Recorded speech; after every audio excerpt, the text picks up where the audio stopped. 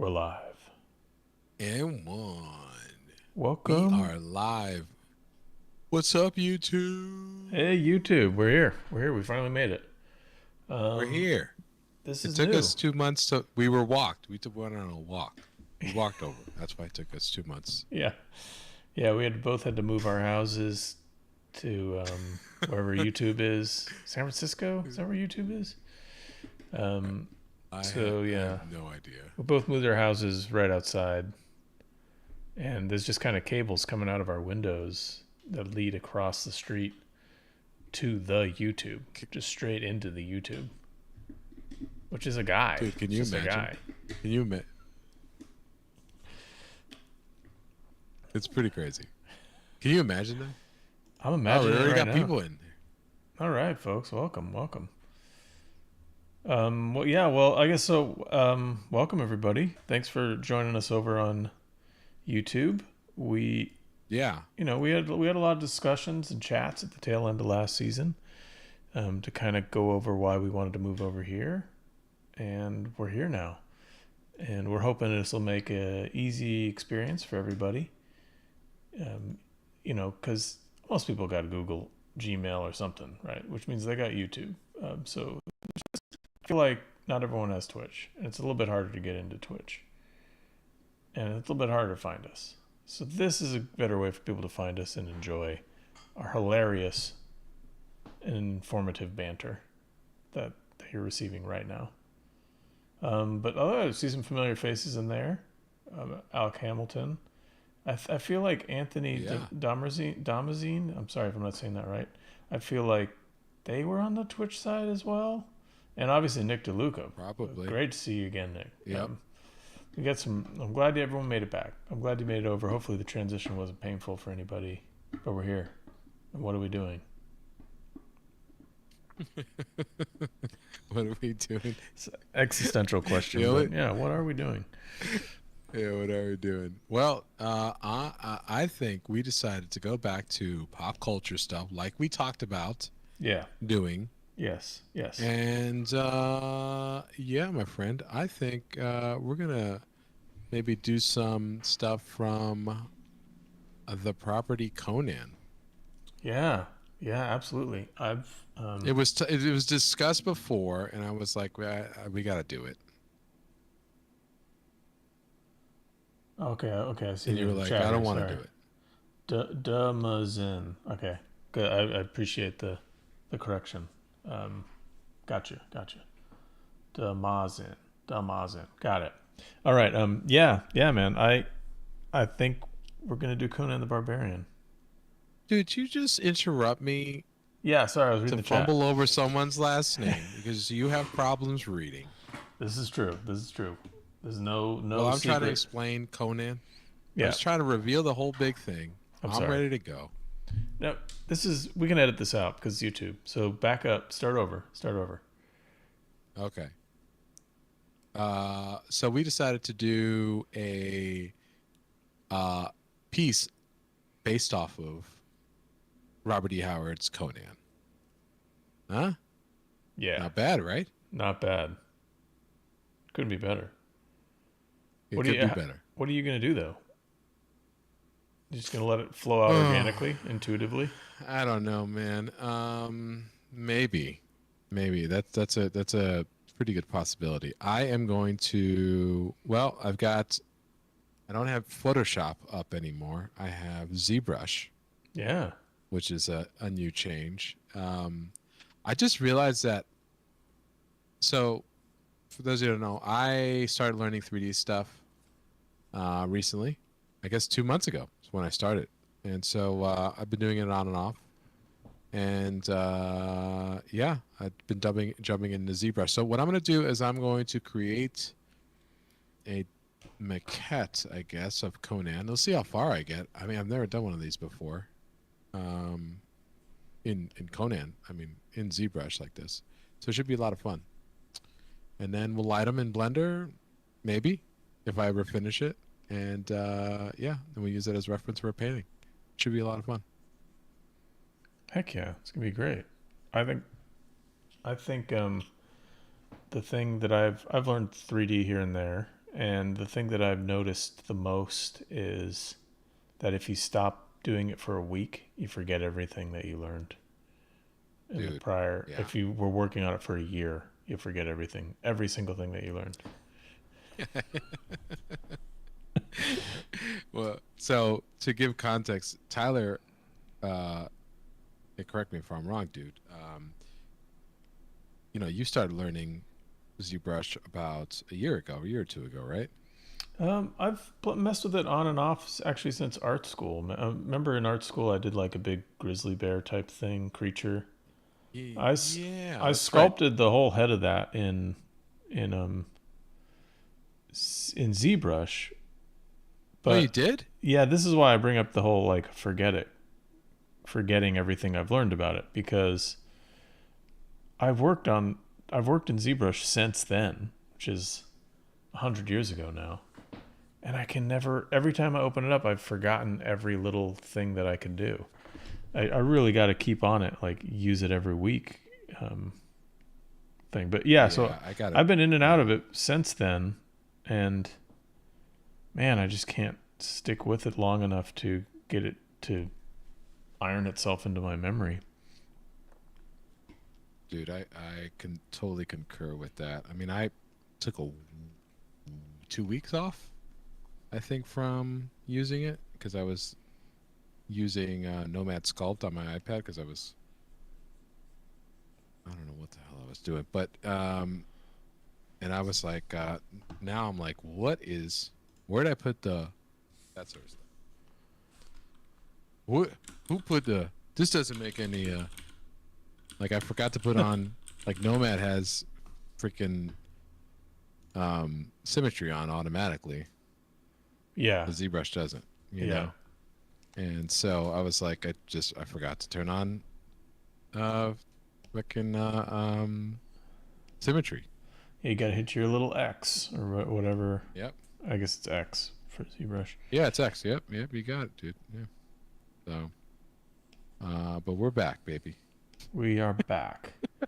Bold back, and we're doing digital stuff. But we're doing Conan, man. Conan the Barbarian. The greatest movies ever made. Man. I'm not gonna lie. I'm excited.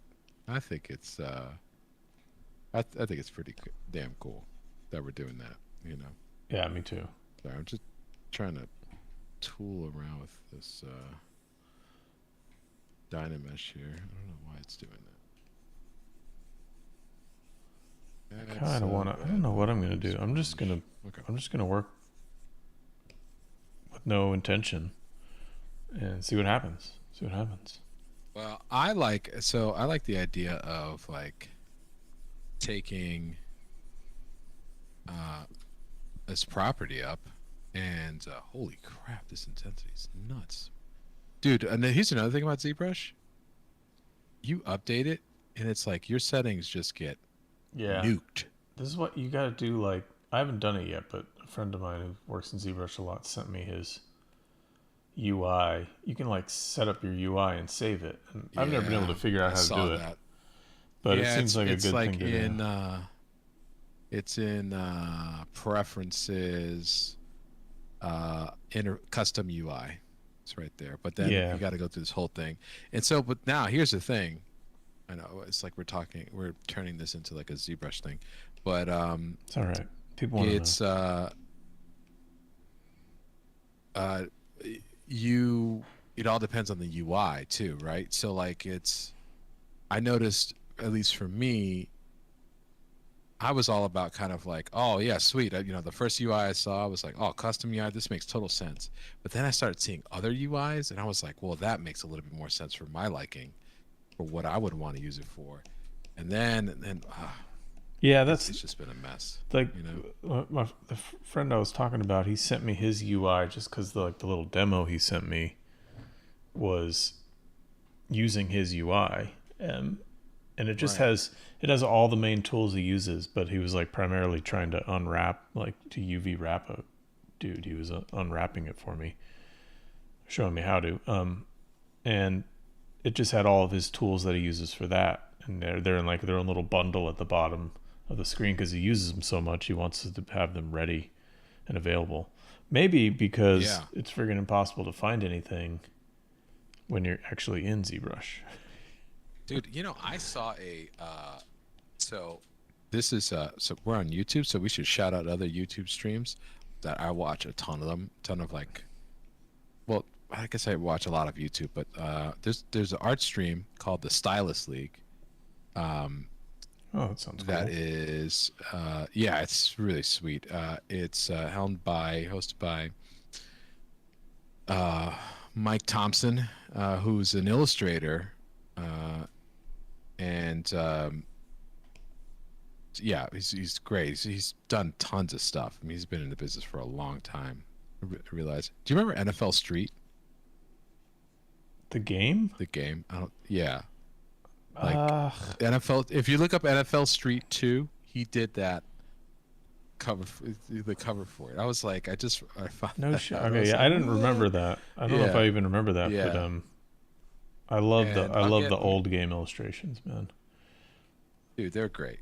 They're great. And so like, and then uh, the second one, second person, I should have prepared this actually. Is who is it's Bradley, but I don't know Bradley's last name. I'm gonna get it right now because he's fantastic. He's a character artist over at Bungie. Oh, sweet. Yeah, so he's working on Destiny and whatnot, and um, I used to play that game a lot. yeah, Bradley Cooler. Yep. And so yeah, it's called the Stylus League. You should check it out. It's on Fridays, I think. So or on Saturdays. Oh I yeah, forgot check it which, out. Fridays or Saturdays. So they both have their own like UI. I actually like Mike Thompson's UI, and I think I'm gonna adopt it. I just have to kind of take a screenshot and go through the whole business.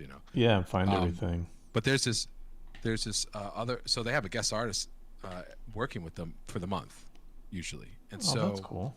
um, uh, this month is this, and they're both like insane artists, right? And every guest they just started having like a lot of guests and stuff, and this guy Raphael Phillips is, oh, man, he's he's the guest this month, and they're doing Spawn, Oh, cool. and I was watching Raphael Phillips UI, and I think he had stock UI, and I was like, what? Wow. And Raphael Phillips, he's worked on like done concept art for like Moon Knight and Creed and like a whole bunch of other stuff, and he's worked in the industry and all that stuff. But they have a great interview on him of like 2 parts before, like leading up to this whole month thing. But yeah, he was selecting his homeboy was selecting his brushes in the menu. And Wow. that's the guy who works at ZBrush every day. Yeah, that's like my level of not knowing how to use it. Yeah, That's. I mean, But me this guy too. knows how to use it. He knows how to use it. Yeah. So I was like, well, maybe not everyone is like, I don't know. Maybe they just like stock ZBrush. I can't find anything though. Sometimes if I like you said, like if you take a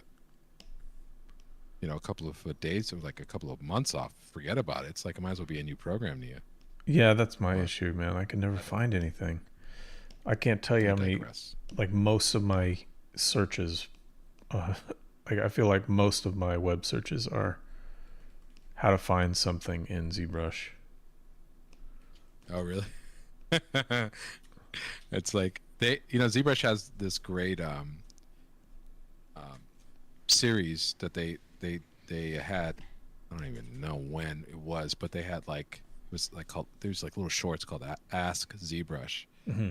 and they had like these like it first for a week. Every single question I had happened to be answered by Ask ZBrush. It was like amazing. I don't know how that was possible, and there was ridiculous ones too, like I couldn't. My son Teak couldn't.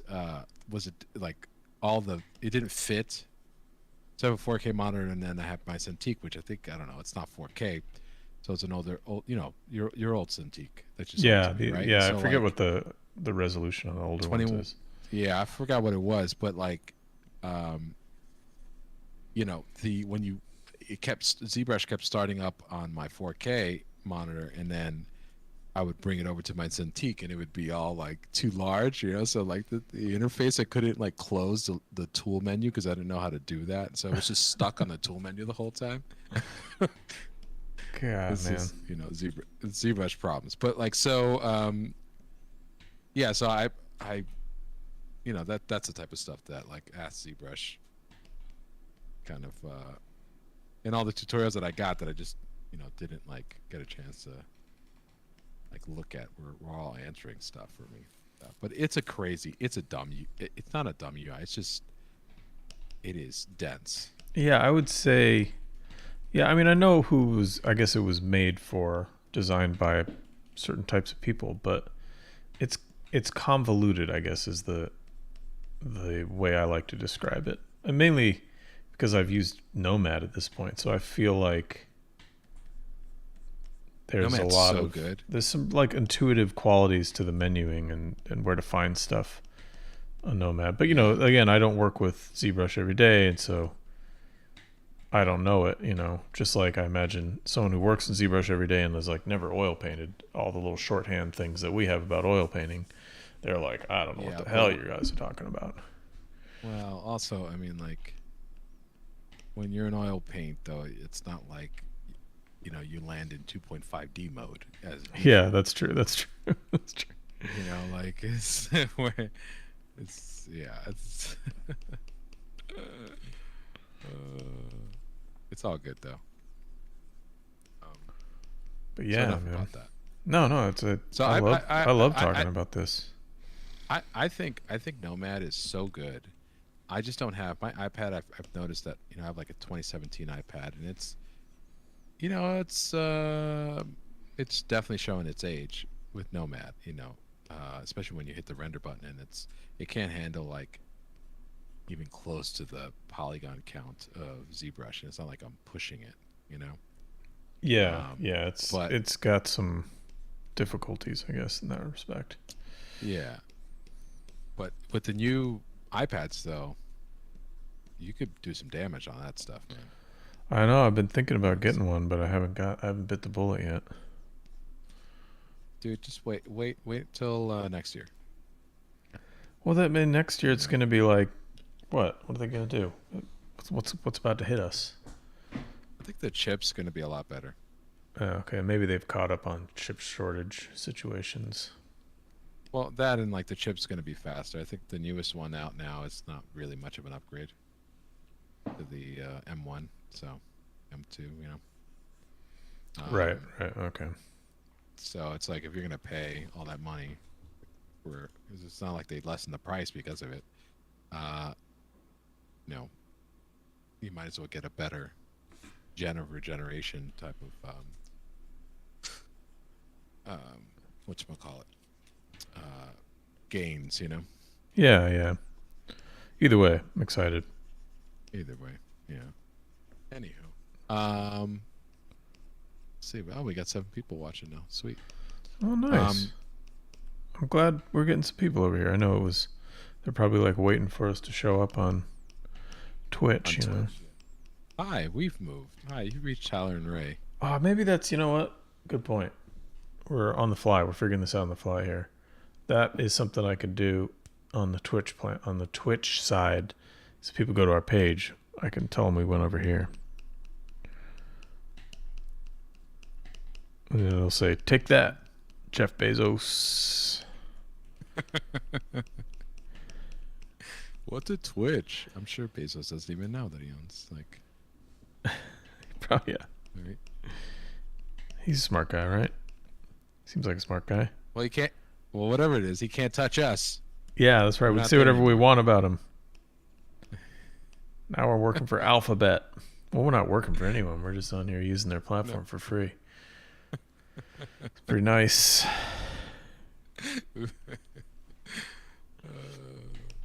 Dude, I always thought so. This So is randomly going through my head here because I'm sketching on yeah, Conan dude. here.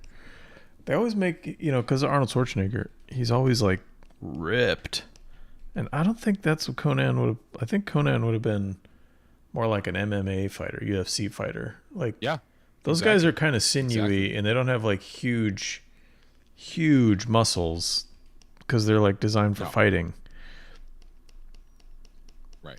So that's kind of what I'm Yep. trying to do here with him is give him more of like a bulk, but not like huge Arnold Schwarzenegger pecs. Yeah, like he's it's interesting about Conan is that like he was his early days he was a thief, so he's exactly like that. He would be as large as like a sinewy MMA fighter because he would have to be Yeah. mobile. Well, yeah, you got to be a little bit quick. Maybe he's not very big. Like I Yeah. always like Frazetta's take on him because he had that like really wide face, kind of like a boxer. You see fighters, Yeah. especially if you follow any of the UFC stuff or just seen about a whole bunch of fighters, they all have pretty wide, flat faces because of the jobs they've decided to pick, which is getting your face smashed in all the time. So you get that like it's like that ancient Greek bronze sculpture of the boxer where he's got that cauliflower ear and his nose is flat Yeah. and Yeah. he's got the real wide cheekbones. That's how I picture Conan. Not chiseled like Arnold Schwarzenegger. Don't get me wrong. Yeah. I love Arnold Schwarzenegger. Don't get me wrong. But I get what you're saying. Dude, I get what you're saying. I mean, it's sorry, I'll just there we go. Extrude this here. Sometimes, man. Yes. Sometimes you need a. So, And ZBrush takes all of your mental energy to figure out what the hell you're doing. well, then, yeah, and then also it's like, yeah, I try and use this transpose tool because I've seen such great stuff done with it. You can get a little bit more final control, but sometimes it's like this, like, I feel like Indiana Jones trying to figure out like the Kingdom and the Crystal Skull.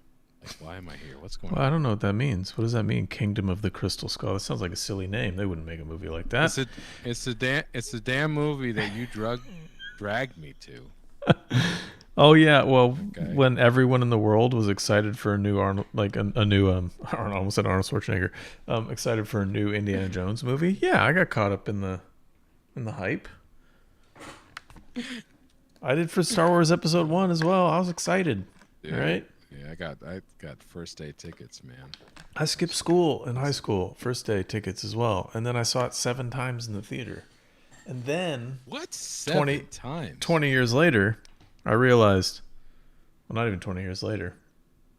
When did that come out? Like 1999 or 2001 or something? Yeah, then like 5 or 6 years later, I was like, oh, that was dog shit. Whoops. Well, But Is it your now with fault? Crystal Yes. Skull, Crystal Skull was a lot more immediate. A lot more immediate. Well, was it your fault? Yes, it was. Yeah. I mean, there's no Flyboys. You know what I mean? Oh God, another one of those movies. You weren't even there. That was one of your recommendations. Yeah, you didn't have a good This track is record false back in those days. narrative. This is a false narrative. We haven't gone over this on YouTube, so we might as well. I did not recommend So it to anyone. Well, yes, you did. I Yes, said you did. I said it's fun. It's a fun movie. Go see it if you want a fun movie. That's what I said. I said this 20 years ago. Is that not a recommendation though? Yeah, I mean, I guess it kind of is. You're right. If I told It's you kind of a go see the recommendation. movie if you want to have fun, because you go to movies to not have fun sometimes, I guess. Yeah, that's. Then go to see this. See, this movie. is it. That we didn't So know we each other go yet. See the damn. Yeah, we didn't, and We you didn't were know. testing me. We didn't know that, and you didn't know about me, is that I would never tell someone that movie's terrible, don't go see it. I would never tell somebody that. Like, even Indiana Jones, Kingdom of the Crystal Skull, I would say, check it out. See what you think. That's what I would say.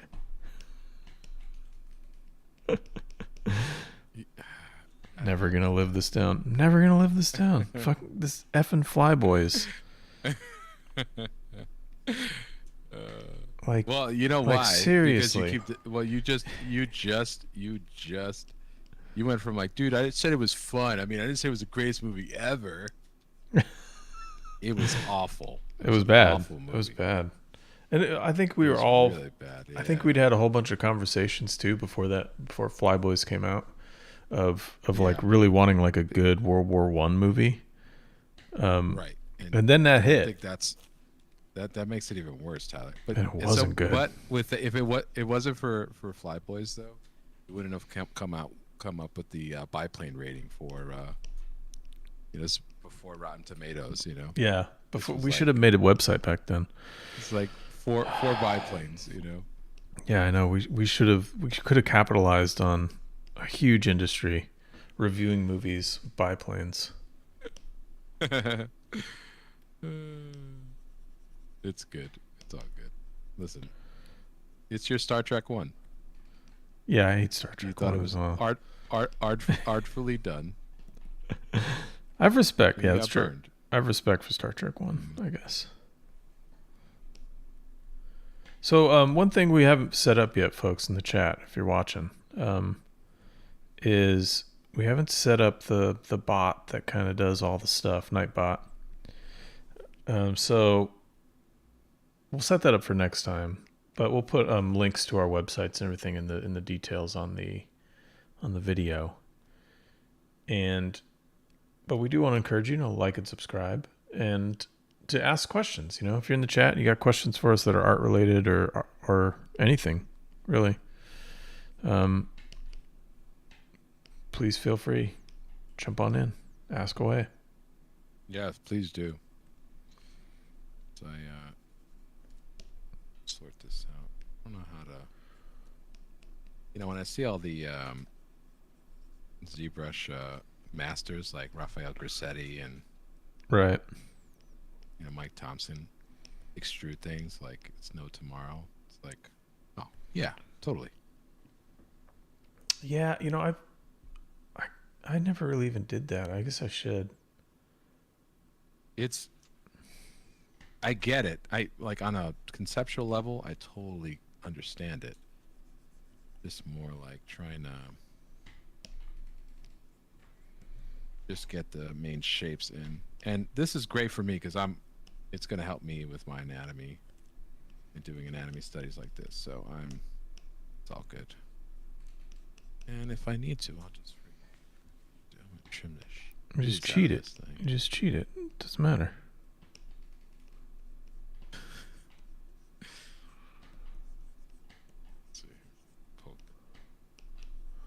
See, I'm just messing around over here with a cool Conan pose. Nothing new under the sun over here. Just wanted to look kind of cool. Conan usually has a sword, right? Or is it like an axe? Yes. Is he an axe man? No, he has either or. Either or. Yeah, man. All right. Oh, there it is. Okay. I mean, maybe. Like, what the? I'll give him a sword. I like swords. Probably too much.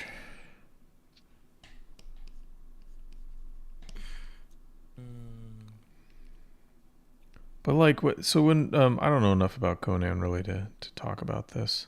What? So is there like a time period that is Burroughs, right? Edgar Rice Burroughs. Is there like a time period? No. That he wanted to set Conan in? Oh, who wrote Conan? Oh my God, we got to be more prepared going into this, man. No, so I'm pretending like I'm in the chat. They don't know anything about Conan. That's it. Let's do that. Let's go with that one. A Pulp Fiction writer by the name of Robert E. Howard. Oh, okay. He was good. Who was good friends with H.P. Lovecraft. Oh, okay. Robert E. Howard, Lovecraft. Holy crap! Yeah. So he did. Yeah. Robert E. Howard did. So no way. Now, help me out here. He didn't do John Carter. No, Edgar Rice That was Burroughs did Edgar John Rice Carter. Burroughs. Okay. Yeah. You know, I think what's happened in my head here is I'm remembering like some comic artists that did both, that worked on both. That could, for the sake of just, stopping the bleeding of this Yeah. tumble. I'm trying to. I keep fumbling the ball forward. That's what's going on here. I buy that. Yeah, I buy that. Okay, good. Buy that for $1. All right. I think we got some questions. Yeah. Oh, sorry. Yeah, go ahead. So we got either of you guys drawing any metal point mediums? Oh, like silver point and whatnot? I've never drawn silver point. I've done scratch board, which I would assume would be metal point. Yeah, I would say that's metal point. And I've drawn with ballpoint pens, but I don't think that qualifies. So no, not really. No. I'm not even 100% sure what silver point is. Well, silver point's like basically you take a plate, like it's zinc or copper or I don't know. You coat it basically, and then it's like graphites before. It's like it gets a graphite type of feeling to it.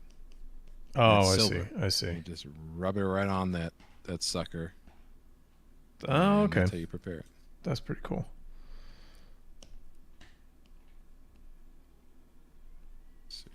But no, to answer your question, I've only done scratchboard, but I had a lot of fun with scratchboard. But man, I'm nothing like Mark Summers. I was about to say Mark Summers is like the god of scratchboard. Yeah, Scratchboard. Scratchboard. Silver point, metal point, whatever. All of those things. Scratch point. We should have Mark as our first guest. Yeah. So when did you first start learning scratch point? Hey Stephanie, thanks for joining us. I learned scratch point back in dude, I don't even know when. I used to do scratchboard stuff. Maybe that's the theme that we can, now that we're on YouTube, our new theme is we misname all mediums. No. Listen, dude, I got a reputation to uphold. That could be your thing. That could be your thing. You do what you want on your end. On your talking head, you do whatever you want.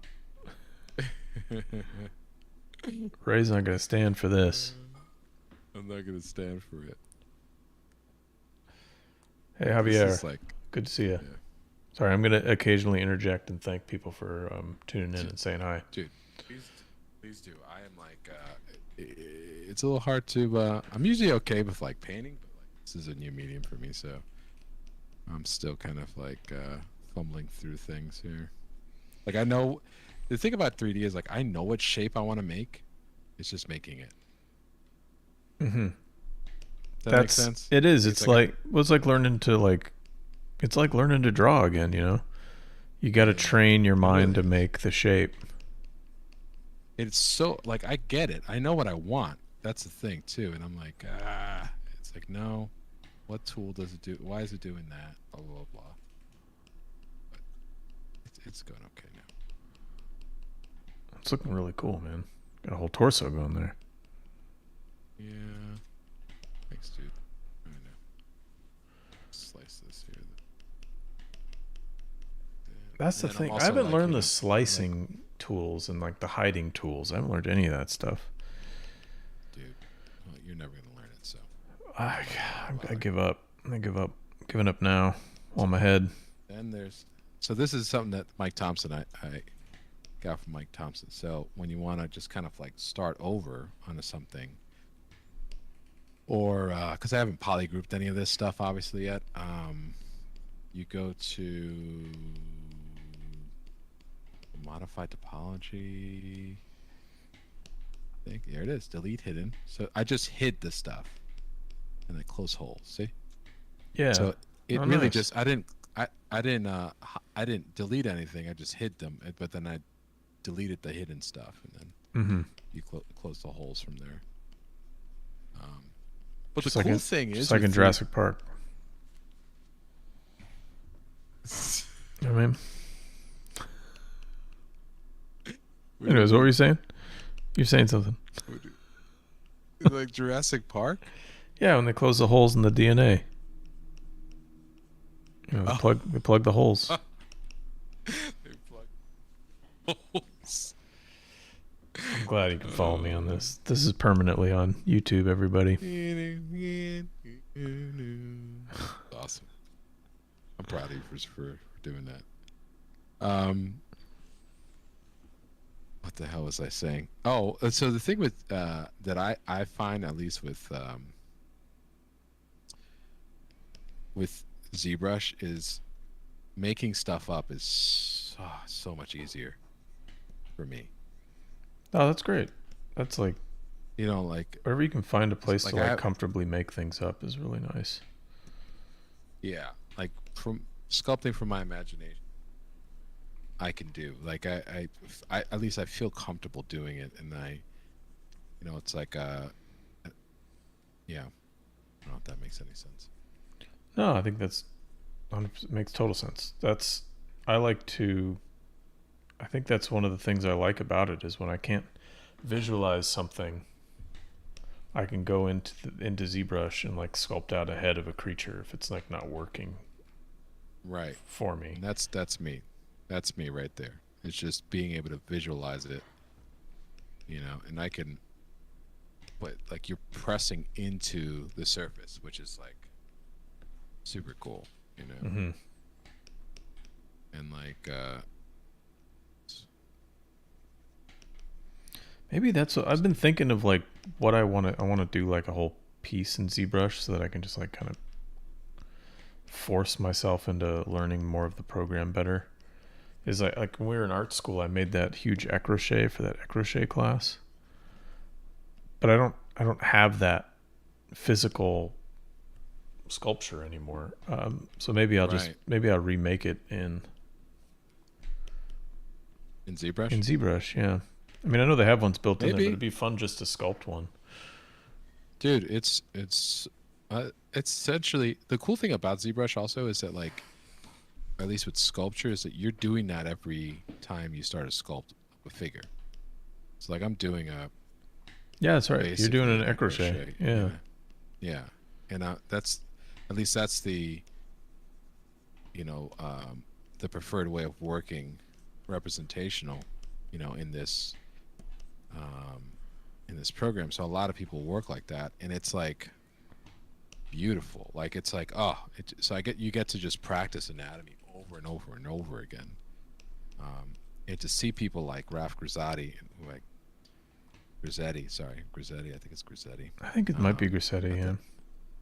Not that he's listening, but like, I want to get it right. So if he's in the chat right he's here. Can you imagine, dude? So Raf Grissetti is he's a studio. He's an art director, sculptor, extraordinaire from actually, but he works for Sony Santa Monica, and he's the person that was largely responsible for. He's the main person behind one of the main character people behind God of War.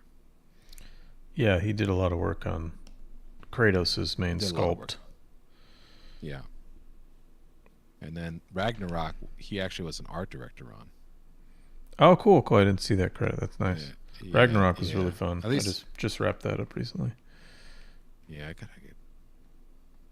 Once that comes to PCL. It's good, man. I mean, the first one was nuts, and this one's really nice. It's like to me, it felt like, I'm just back in the first one. And as a reinvention of the original God of War games, it's pretty fun. It's kind of like a reboot, essentially. Right. That's kind of crazy when you think about it, though, right? Yeah. I mean, that could have gone horribly wrong. Totally, and they went Norse with it, which I think was the best thing they could have done. But it's just really cool and really dangerous. That's right. They did go Norse. Yeah. Yeah, it's all about the Norse gods. Yeah, I totally forgot. It's way cool. That's the funny thing. It's like totally forgot that it was completely different mythology. That they were like, yeah, we're gonna go Norse. I think they're gonna go. I mean, to make predictions, I think with that franchise, I think they got to go to Egypt now. He's got to go kill some Egyptian gods. Sure, why not? You think they'll make another one? Oh yeah, I mean they both won Game of the Year. There's no way they won't. Yeah.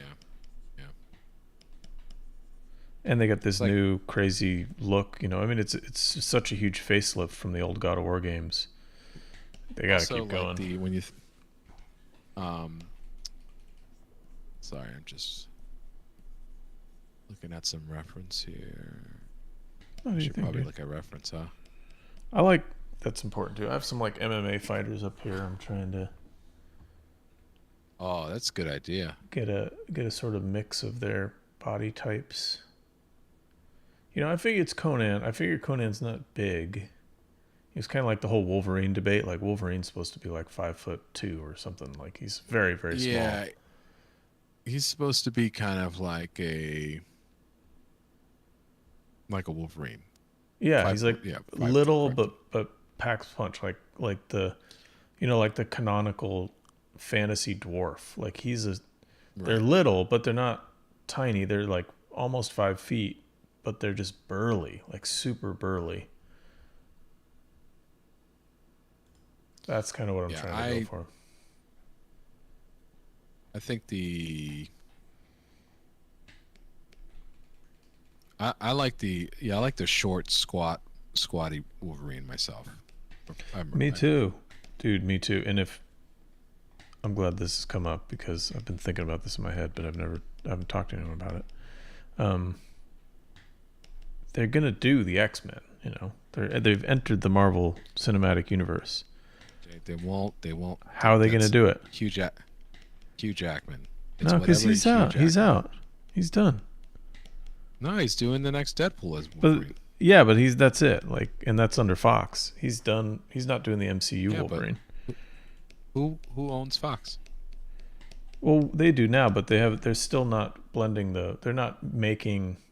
So like Disney's not allowing all the stuff that was in the Fox universe to come into the MCU. Like aside from Xavier, spoilers, they had Xavier in, but they've made it sound like they're going to recast everybody and like use the alternate universe that shows up in the last Doctor Strange movie.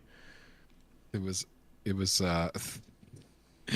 Xavier in the last Doctor Strange. Yeah. Sorry. It's awesome. God. It's crazy. Sam Raimi. Oh yeah, I know it was Sam Raimi, man. Sam Raimi again. Glad he's back. Are you though? Are we glad he's back? Stylistically, no, but like content wise, I'm glad he's around.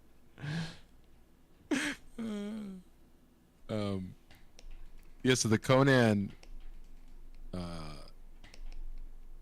is really interesting in the sense that like he is depicted. I mean, like it's hard to get away from Frazetta, but right, because when you think about it, it's like it's pretty hard to get away from. It is, yeah. I mean, Frazetta what I'm doing right now basically looks like the Frazetta one. What's funny is that, like, you know, Frazetta might have read the first one, according to the documentary, but I even question that. Yeah, I mean, I question. Right? I question like, anything. No disrespect to anything Frazetta I said, I question it. Yeah. It's not like you needed to, you know, especially back in those days. He wasn't getting paid a lot for those things. I mean, I ain't reading the whole damn thing, right? It's like, so I get it. Believe me, I get it. I bet he read that stuff. Even if he said he didn't, I would believe the opposite of whatever he said. I never read it. He's just you read every single one. Yeah, he read everything because he loved that. He loved to prop up that like mystique. Yeah, that's true. of That's like, true. oh, he just does everything. He just does everything. He doesn't need anything. Doesn't need reference. Doesn't need anything. Yeah. There's tons of reference of his wife. And listen, man. Yeah. Oh, and then his wife and him. He looks exactly like Conan, and his wife looks like every woman he's ever painted. Yeah. Hey, you know what? But yeah, What are you we don't gotta. We don't gotta Yeah. get into it. We don't gotta get into it. No. I mean, like, I'm not. I don't even. I don't even care if he didn't use it or if he did. I don't really care anymore. But yes, I know what you mean. Why we're saying that, because it's like, don't tell other people that, man. Yeah, You it's know? just the. I mean, okay. There's two schools of thought here. There's like, there's this idea that like the people out there that are analyzing art, whether it be music or chefs, restaurants, or painting, like the people that are analyzing it in blogs and on YouTube and have magazines are like removing the mystique of the art, right? There's the Right. school of thought that they're not good for the art because they're pulling the curtain back on it, so to speak. But I don't know if that's a bad thing. Like that's the other flip side of it, is like there should be sort of armchair critics that are enthusiasts, but not maybe they don't know how to do it. I don't know how I got to this line of thinking. I don't know what we were even talking about. Brain got This was erased. all you, man. You were going nuts. My brain got erased. We were talking about something. Oh no, we were about the Rosetta Conan. Yeah. About how, like, I don't know if he read any of it, but they say he read the first one, but he didn't read anyone after that because he kind of knew he dialed in what the character was like. But it's not like the character's like in depth. I mean, there's things to Conan that are interesting because a lot of it's like not Yeah, he's said. It's not bloody Shakespeare, man. That's what we're saying. Yeah, not bloody Shakespeare. Yeah, he's just a dude, right? But he's He's a barbarian. Dude. I mean, like, they're fun. They're fun. Like, if you read the first one, it's actually like it starts out at the end where he's old. That's the first Conan story. Oh yeah, I And like love that. because, I like that because he's just old. The way it was explained to me by our good friend, mutual friend Eric Johnson, was that him and late H.P. Lovecraft both felt differently about the human spirit. Like, he felt that, like, against Robert E. Howard felt that against a like this insurmountable evil, the human spirit, the person, the human would fight back, like, for survival. And H.P. Lovecraft felt that they would just go insane. Yeah. That makes sense. Just at the sight of it, and so that's cool. I never thought of this diametrically opposed views of humanity. That's pretty cool. Yeah, so, like, it's like humans wouldn't be able to handle it, and Howard's like, yes, they would, and they would adapt and they would fight for their survival. So so Conan, when he's dealing with something like that, like crazy, his first inclination, like move is to just swing at it. Yeah. He's like, what is that? And he swings as hard as he can to try and kill it. Right. It's like any shooter space exploration game, like Destiny. Yeah. Like, how do we communicate with these aliens? We shoot them. That's how. We shoot. Yeah. Or, like, it's like it's my survival instinct has taken over. I'm shooting this thing, Right. And I think that's kind of awesome. And whereas, like, H.P. Lovecraft, those people go insane. Yeah, people that's going cool insane a though. lot. This is a cool. Yeah. I'm not familiar with either. Only in name only, really. I've never read any of these two, so I'm like the dumb outsider guy. But I've never heard them talked about in these terms. That's very cool. That's very unique, like views on, and then the work that came out of both people is clearly lined up with that way of thinking. That's pretty cool. Right. Exactly. Yeah. So, I thought it was really interesting, and yeah, thanks Eric Johnson for that. Yeah, Eric. So he knows his stuff. He knows his stuff, though. Yeah. He's I've been like going back to we actually been chatting about Dune because I've been going back and reading it. You know, as you know, so like and his insights are pretty crazy. Like, oh, I didn't even think about that. Yeah, I never read those. Someone who lives an hour north of the site of its creation, I should really dig into the Dune books. That's right. He was in Washington. Yeah, he was in Olympia. Used to live in Olympia for a little bit. I'm sure there's some like statue to him somewhere. I don't know if I told you this. I have a new studio. To him? I'm not related to him. But I have a new studio that I go into, and it is in Renton, Washington, and it's right across the street from Jimi Hendrix's plot where Jimi Hendrix's grave is. He's buried in Washington State? He's from Renton. And No. Yeah, he's from Renton. Is? Yeah, he's from Renton, Washington. And there's a statue of him in downtown Seattle, but he's not from Seattle, he's from Renton. And his grave is just like right across the street in this little cemetery. There's like a whole monument to him in there. Since when was he from? I thought he was from New York City. Wow. No, dude. Like all the great Don't heroes. try and take Jimi Hendrix. Don't take Jimmy. You can't have him, all right? He's from Washington. It's from Queens. Yeah, it's like Chekhov from Star Trek. Everything was invented in Queens. Yeah, Queens. All the bagels were invented there. Pizza was invented in Queens. Everything.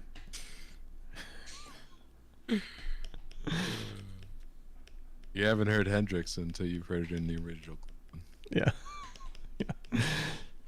Yeah. See if I can hear it. Go over the grave. See if I can hear a little distant guitar wailing. Yeah, can you imagine? That'd be crazy. It'd be nuts. But so anyways, yeah, you're talking about Dune. You're talking about Dune. No. Now I'm on the Hendrix thing. Oh. It's like, so that's why I got a good deal on this studio. Yeah. No, I don't know if I did get a good deal in this studio. Everything's expensive these days. They're not watching. They're definitely not watching. And if they are, you know what? The rent's too high. That's what I'm going to tell you guys. Rent's too. They didn't tell you in art school you're going to have to pay rent for a studio. They didn't tell you that. Dude. That's, well, let's talk about this for a second.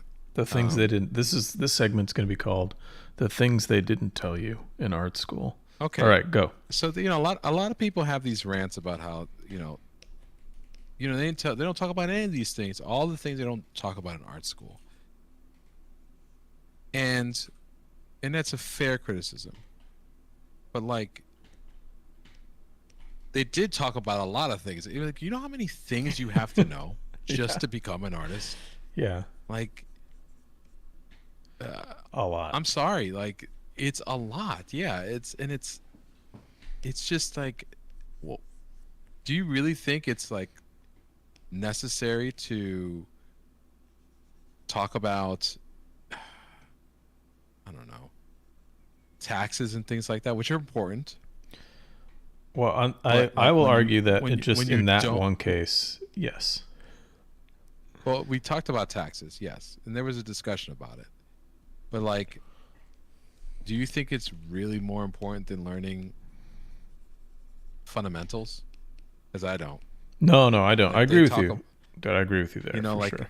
it's like I get that, and like I said, I get the criticisms. I totally understand the criticisms, um, and I agree with them in many cases. But like, it's like I mean, like, so much is talked about in art school. It's kind of insane. So like,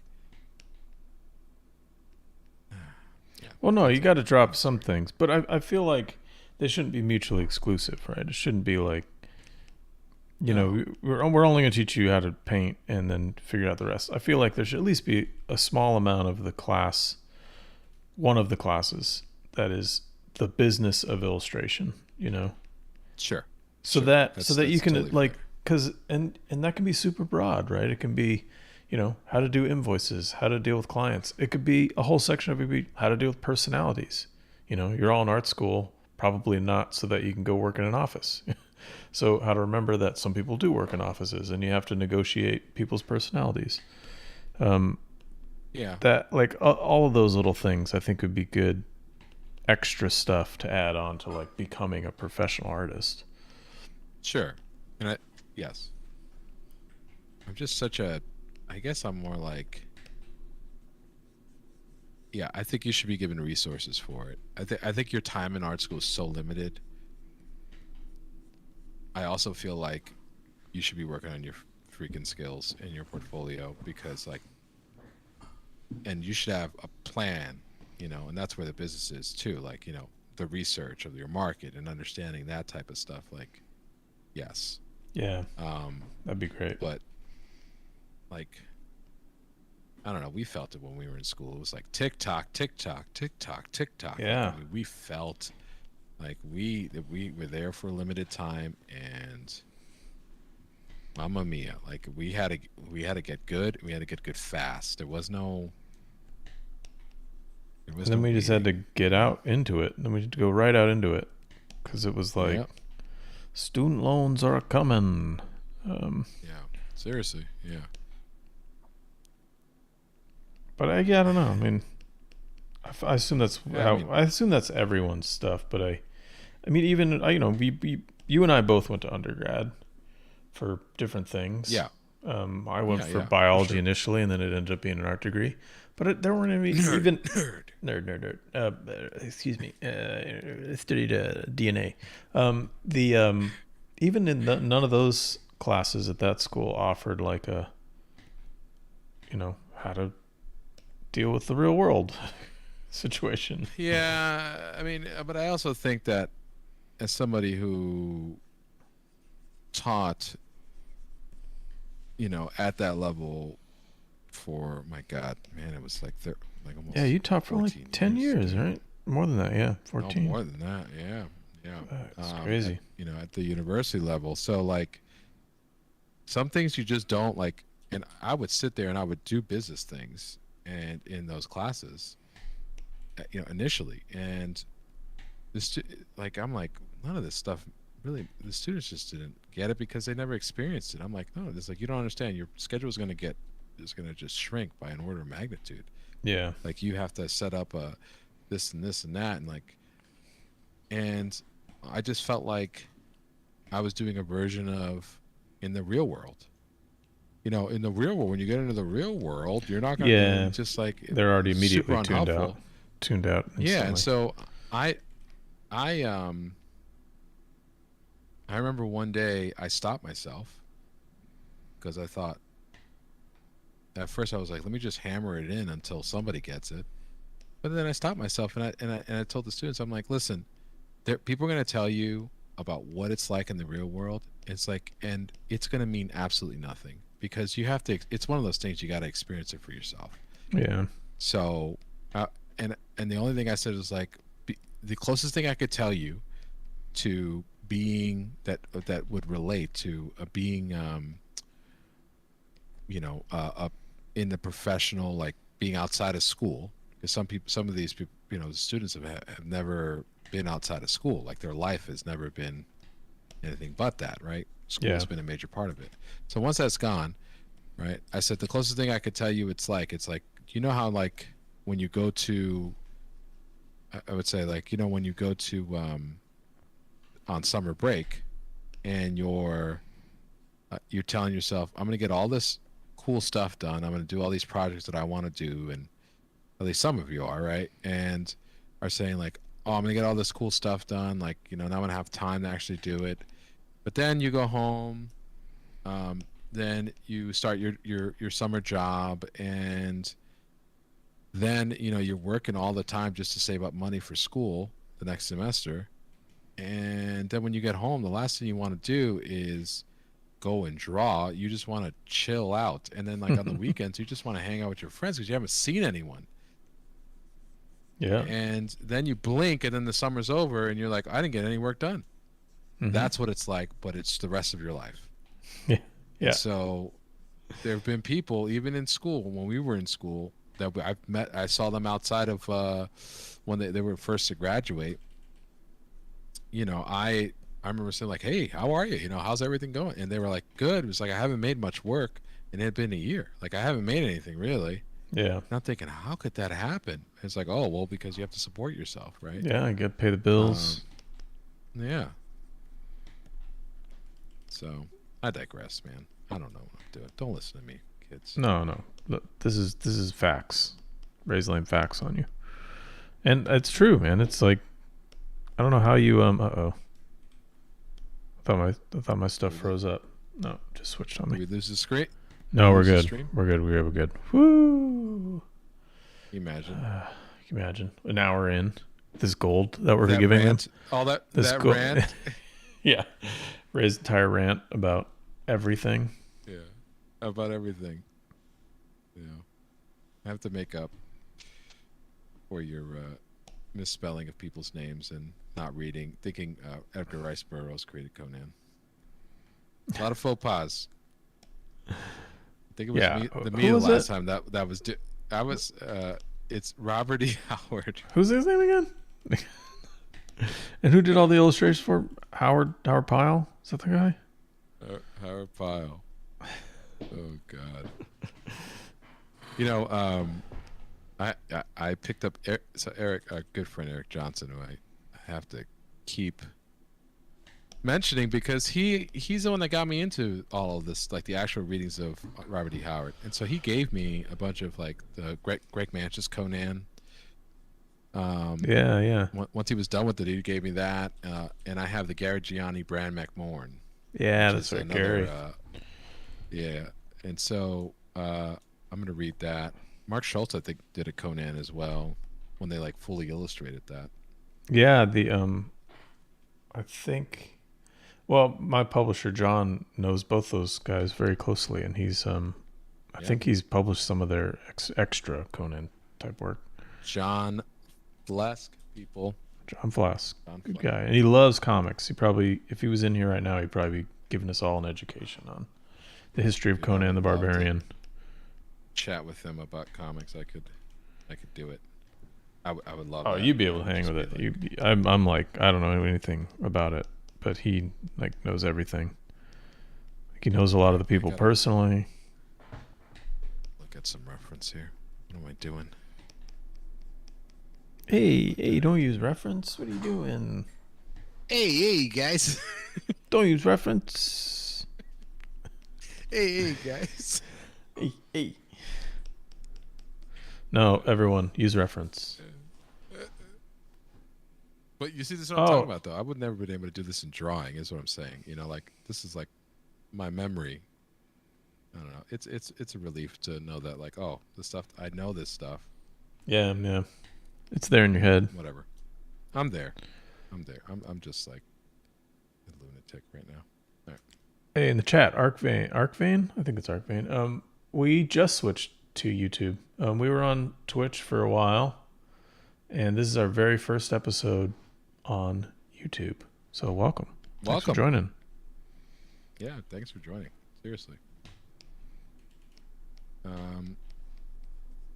What was I gonna say? So. Oh, I was gonna demo really quickly why I love ZBrush. Why do you love it? Hold on, I'm gonna do this right now. I just gotta just. Why is that doing that?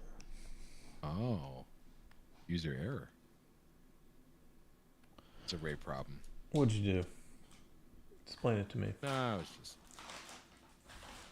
trying to create a taper with the mask, and there's so many different ways you could do it. I could just cut into it, but I was scaling down. I was like masking it and scaling down with the wrong axis. So I was doing scaling down with like Y, and it was like distorting my mask, and I couldn't understand. It was distorting my volumes, my mesh, but it's because I was distorting on the wrong axis. Oh, okay. Like a noob. All right, so Yeah, let me you would. export this thing. This out of here. Conan.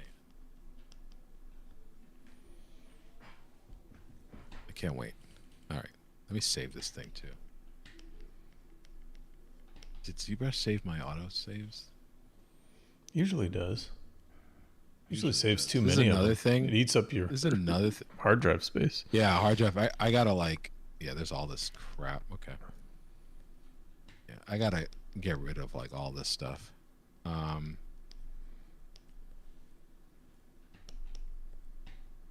What? Yeah, it didn't.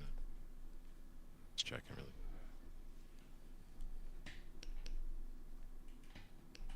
How do you go back to like? This is ZBrush for you. This is like, what did I do? I just scrolled past into infinity. It's like, why did it let me do that? You notice that? Like, and then you can't go back. There's no way of going back. I can't go back. It's just nothing. Like, see.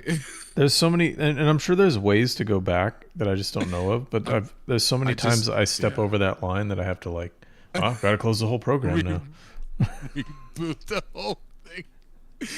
The way I feel. It's like I crossed the line here, and the program's not gonna forgive me. It's so the way I feel.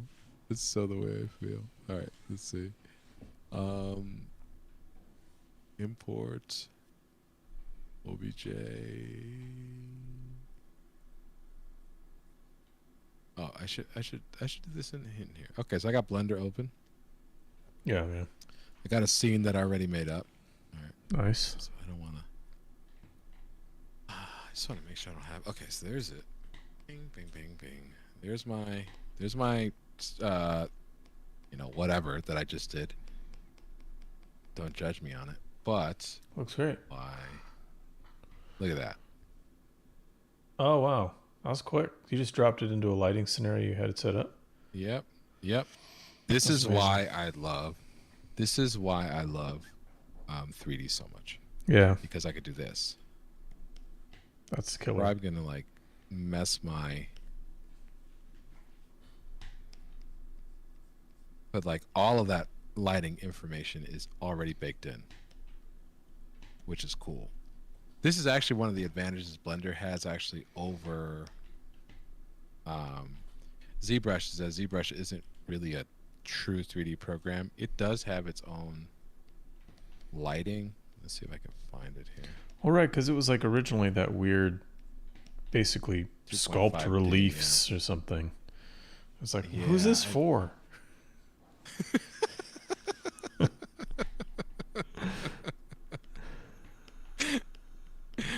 Who's doing this? It's just made for the people that are sculpting coins for the U.S. Treasury.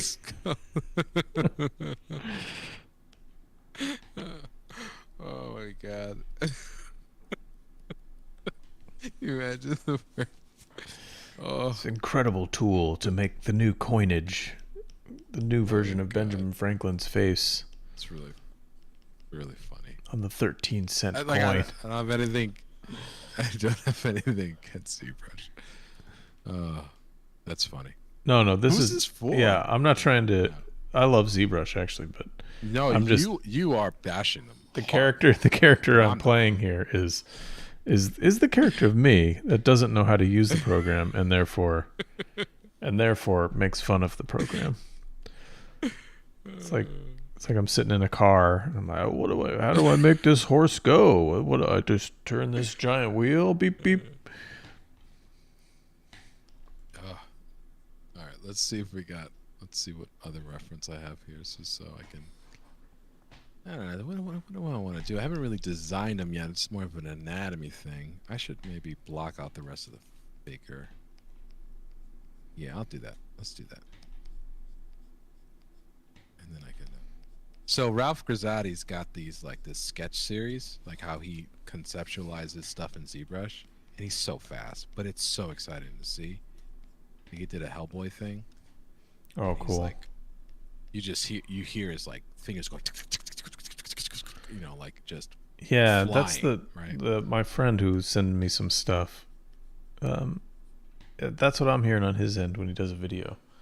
It's just I'm like, there's so many hotkeys I don't know.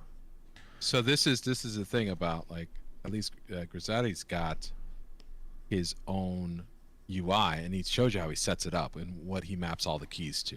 Mm-hmm. So you can custom map everything, obviously, right now, in ZBrush.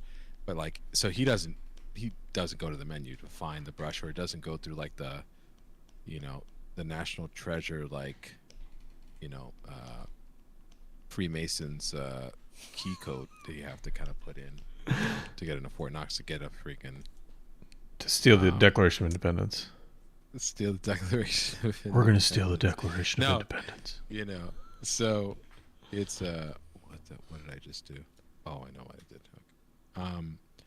So what the? It's Kate had never seen National Treasure. You're kidding me. She'd never seen it, and so I made her sit down and watch it. Good. I was like, what? Having forgotten how horrible it is. But he says in the first act alone, he says, we gotta steal the Declaration of Independence. Like 15 times. We're gonna steal the Declaration of Independence. What's wrong with you, man? It was bad. It was bad. It was not bad. Do you understand? We're working on Conan the Barbarian here. That's true. That's true. We're not talking about standards. Dude, you know what? Actually, the first movie is sick.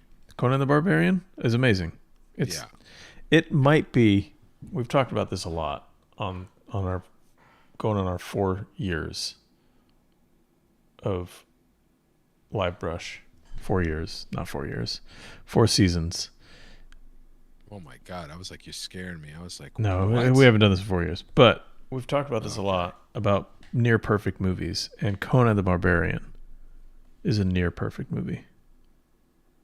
I wouldn't change anything. It kind of is. It's crazy good. It's shockingly good. Like too good. Like yeah, it is. It is. It's like it shouldn't have been done. It's so good that like the same people came back to make it, and the movie was awful. Oh, you talking about The Destroyer? Yeah, I mean, which I loved as a kid. That's the one I had as a kid. Why would I have Conan the Destroyer as a kid on VHS? Can you? Can anybody? Well, I mean, I can venture a guess as to how you got it, but also, why was it okay? There's sometimes that I was like allowed to. The thing that happened when we were kids a lot was, at least it happened to me. Maybe it didn't happen to you. But I would say something that I wanted for like a birthday or a holiday, like Christmas or something. Yeah. And what I would get is almost that thing. Like, you know, my parents would be like, oh, he wants this.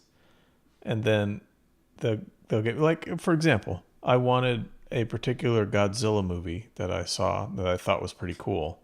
Yes. And my parents got me on VHS. They got me Godzilla versus Mechalon or whatever, which was not the Godzilla movie that I wanted So they almost got me the thing that I wanted.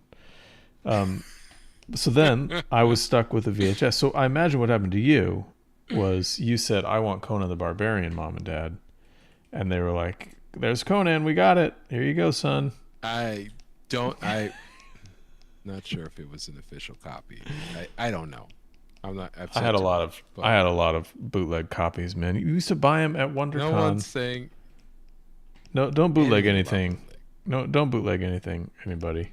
This isn't we're not condoning bootlegging, especially not on YouTube. But half the things I owned were like bootlegs from WonderCon when it was in Oakland. I owned all originals, so take that to the bank. Let's see. I'm gonna catch up on the chat here, everybody. Sorry, guys. Okay. What do we got? We got any books you guys are hoping to get into this year? You interested in any books? Me personally? Yeah. Yeah. All right, let me see. Off. Oh, wait a second. That's fine. Yes, I am currently finishing up. So I've just finished up Heretics of Dune. I was like huge into Dune one summer, and I blasted through the first 4 books like really fast. Nice. And I stopped at the 5th one, and just never got a chance to finish it. And I gotta be honest with you, it's kind of one of my favorites. Really? Which one in order wise? Which one is that? The 5th. Jesus. Okay, so I gotta read 5 books before I can get to that one. Damn. Well, the cool thing about the 5th one is it was meant to be a sorry, I'm just trying to figure out how to. Dude, how do you do it so that it only does front-facing vertices? No idea. Not one clue. All right.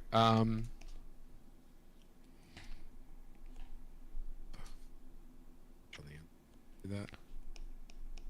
Okay, while you're figuring that out, I'm gonna say my book thing. I am in the middle of. So it was. Okay, it was designed. It was designed as a. They designed it as a new trilogy. Oh, okay, so it's like supposed to start as a new trilogy. As a new thing, yeah. Same world, but it was new. It was all a new cast of characters and everything like that. Oh, cool. I like that. You could pick it up. They like refer to a lot of things, but for those that stuck with it, but it's something. I don't think it's anything that you have to worry about. You could just straight up start it. Oh, I wouldn't be able to. It's like it goes against my principles to not do things in order. Me too. Yeah, I got to do things in order. I am in the middle of.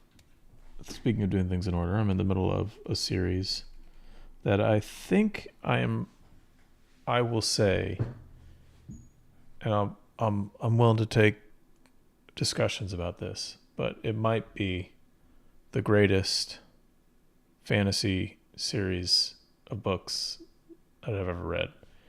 And Jacob Sweet just mentioned it in the chat, but it is the First Law trilogy. Jacob. All right. By Joe Abercrombie. Oh, okay. So I've read the trilogy. The First Law trilogy is amazing. And after the trilogy, he did these 3 standalone books. They're not really standalone. Like, it's a continuation of the story, but as some different characters in the universe. And they kind of go on one-shot adventures, essentially, in each book. The first book's like a heist. The second book is this incredible like war movie, but it's just the book. The whole book is called The Heroes, and it's just a war, a few days of this giant war. And basically it's an excerpt of a battle within this big war. And then the third one is more like a Western, but it's all fantasy, like swords and sorcery fantasy. So man, they're damn good. And right now I'm in the Western one, so the third book of the standalones, basically the second trilogy. And then there's a third trilogy after that. So I'm going to keep going with these because they're amazing. Well, oh yeah, Jacob, you didn't know there are more books.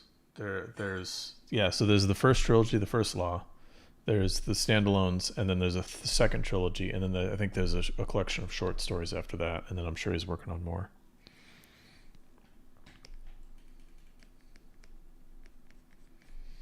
That's it. That's all I got to say. Still there? Did I lose you? yeah. No, you're good. Oh, okay. I am. Sorry, I'm just looking at it. Oh.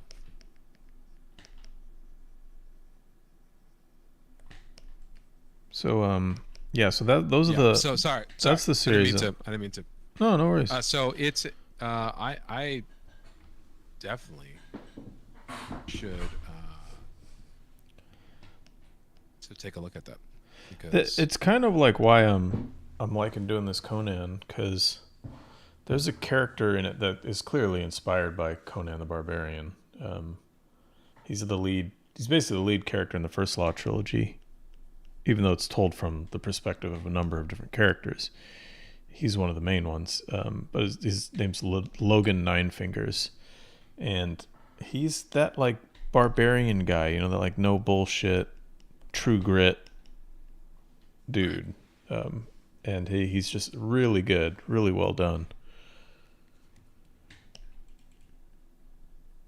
So he reminds me of Conan so much that's why I'm having a little bit of fun with this, because I'm thinking of Logan Ninefingers. Okay. Let's see if there's more questions in here. I could dig it. Oh, Ralph Lucchini. I am not using any reference in that I am not using direct reference. I'm using indirect reference, where on my other screen I have just a big giant collage of like MMA fighters, because that's kind of the body type I'm going for this Conan guy. He might be a little too thick, but I'll keep playing with him. But yeah, I'm looking for like the build of a fighter, not of a like Arnold Schwarzenegger type body type, because he, if you look at people who practically fight all the time, that's kind of the body shape that I think Conan would have, whereas Arnold Schwarzenegger's is more like sculpted bodybuilding body. Not more like, but is exactly that. Function over form is what I'm going for.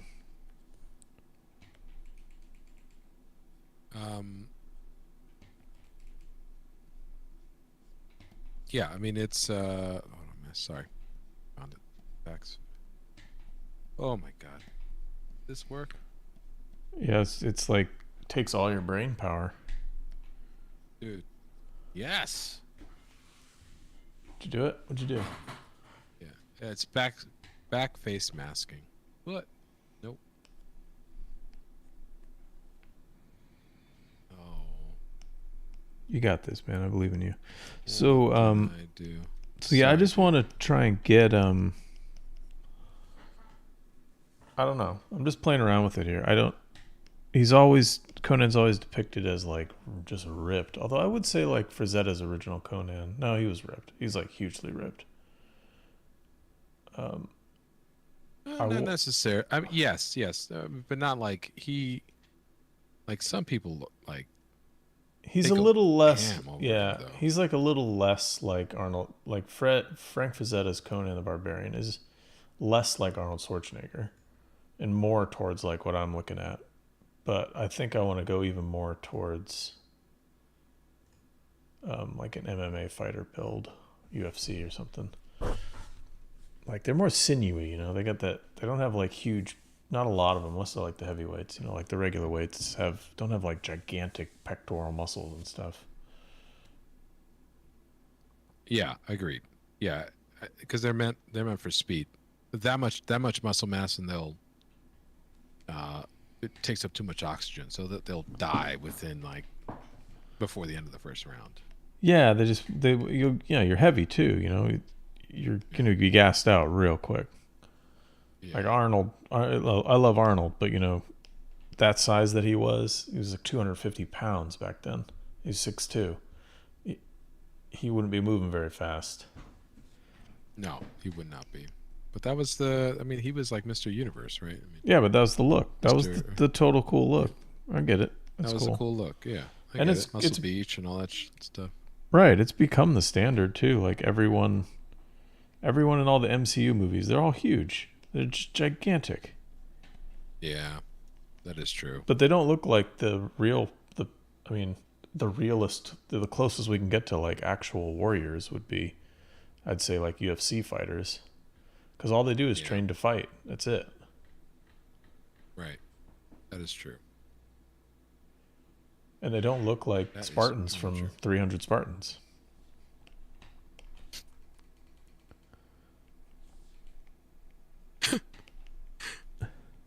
Yeah, I didn't even think about that, actually. That's not what the Spartans would have looked like. No way. They would have probably looked like MMA fighters. Well, I mean, they were using... I guess the difference would be, like, if you have to get granular about this, they might have a slightly different build because they're using weapons. MMA fighters are just training their arms and legs. But a Spartan or any Greek soldier would have carried a big giant spear and a super heavy shield. So you might have had a different build because you had to carry those weapons around. Yeah, Tyler, they didn't look like that, though. No, yeah, they did not. There's no way they looked like... Frank Miller wasn't exactly... Frank Miller's... Well, I guess Zack Snyder, he wasn't exactly looking for... Yeah. It was the 90s. Oh, wait, I just realized that I'm talking about the movie, like the way they're shaped in the movie, but I feel like they're about that big, like, and Frank Miller's, right? If you look... Yeah, they're about that big, Yeah. Sorry, everyone. I'm going to grab my thing. Get out of here. I'm filling the air. About to tell jokes. Okay, yeah. Oh, man, Alec, thanks for bringing that up. Oh, boy. The Jason Momoa, Conan the Barbarian. Well, what did they even call it? Did they call it Conan the Barbarian? I think it was called Conan the Barbarian. Yeah. So... What did you think of that? So I was so excited that I took out time on my day to go watch that thing. Okay. Yeah. And I was in full Conan mode at the time, like reading the Robert E. Howard stuff. Okay. Yeah. I couldn't get through 10 minutes. And I had to turn it off. And I was like, why is this so bad? Like, it was trash. God, it was trash. But I'm like, I'm the demographic. That's what I kept saying. But I'm the demographic. Well, I mean, but shouldn't this, yeah, sure, you're the demographic, but it's also like you're expecting something, Like I'm the demographic for the movie Ender's Game, but the movie was bad. But I'm the demographic for it because I was really into the book of it. It's just terrible. Everything went wrong. That's everything that could have went wrong. That's what I felt like. I'm like, guys, what happened? Which sucks though, because it had like Stephen Lang. I freaking love Stephen Lang. It had Ron Perlman. It had a lot of stuff going for it. No, that's the way I felt about the Hellboy movie. Oh David yeah. Hayter. Oh yeah, David Hatcher. Well, not just Hatcher. Yeah, Hatcher. That one could have been good, and it was, oof. That one hurt me. It was. I got hurt by that one. I was like, yes, I was just feeling good. I was like, yeah, man, it's got the right attitude. I'm like, we're looking good, people. It's very comic book driven, you could tell. And then it was just like, something's up. All right, let's course correct. You know when that happens in that movie where you're just like, in a movie where you're like, all right, just a bit of a hiccup. We can course correct. Yeah. We've got time. What is that? Like, did you ever see that movie Whiplash? Oh, with the drumming? Yeah, where he's like, the movie's really good, but he like starts his drumming in this like. I gotta watch this movie. You're the fourth person to recommend this movie. It's awesome. I love it. It's very simple. Really well done. I've listened to the soundtrack. Oh, okay. So my brother got me into the soundtrack. So, but it's like the hiccups that you ran into in the Conan movie are like when he goes into the studio for the first time with the studio band, and he's asked to like start drumming, and he like starts drumming and is like immediately stopped by the conductor guy, and he's like, not quite my pen. You know, you get warmed up. Okay, let's go again. And it's like that's how Conan the Barbarian with Jason Momoa felt like. Every few scenes, you're like, okay. They're figuring it out. They're trying to figure it out. Let's give them a minute. Let's give them a minute to figure it out. Yeah, it's like, let's not be harsh on them. Listen, they're doing this for us. That's the way I felt. It was like, you're doing it for you. They're doing it for us. But But we'd already come out of like J.J. Abrams' Star Trek, which hit every note that we wanted to see. It was hugely awesome. Like the perfect way to. We're coming out of that high, right? We're coming out of that high. And we also, like, we both agreed, like, okay, this is not the Star Trek movie I would have liked to have like seen ultimately. Like, this is not the way I would have done it, right? Yeah. But they did it right. Great, solid movie. They did it right. Stylistically, they were consistent. This is it. This is how you do it. This is the move that needed to be made. And the things that were changed. It's the way I felt about The Force Awakens too. Yeah, I agree. I feel the same way. It's I agree with, like, when it comes to Star Trek, like I agree with the Red Letter Media guys of like they took all the things that needed to be changed. You know, like Kirk, Spock, and Bones are not superheroes, but they made them superheroes. They turned everything up to 11 because it just needed to be done, because it needed to live on the big screen in a certain way. And I feel the same way about the choices they did with Force Awakens. I don't feel that way about the movies that followed The Force Awakens. No. But we don't have to get into that. This isn't a movie review show.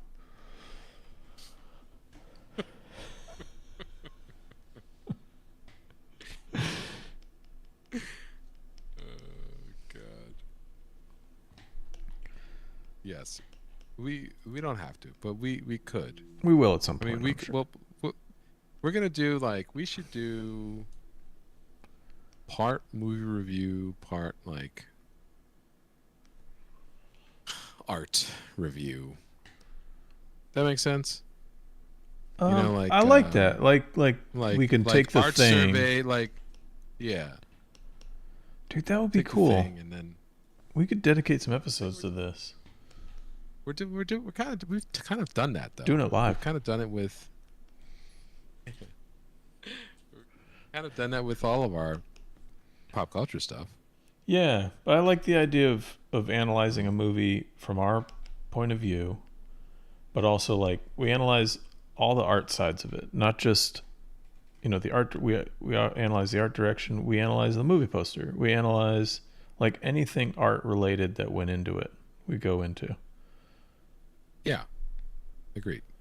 That'd be fun. It's gonna be our new show, everyone. I don't know. I mean, we could just talk about one of the. It doesn't have to be all the elements if we don't want it to be all of the elements either. It's our show, for God's sakes. Yeah, do what we want. Stop trying to pigeonhole us. So yeah, it's What was I gonna say? Damn it. I don't know. I keep interrupting you. Sorry, I'm putting the. Oh, so. Yeah, like I think like stylistically, the first Conan movie was, like the John Milius Conan was it. That's like, okay, that's how something like that needs to be handled. You know, it felt exactly like. It felt like it doesn't have to be a. This is the thing about that Conan with Jason Momoa that I was thinking about. I said it doesn't have to be anything like accurate.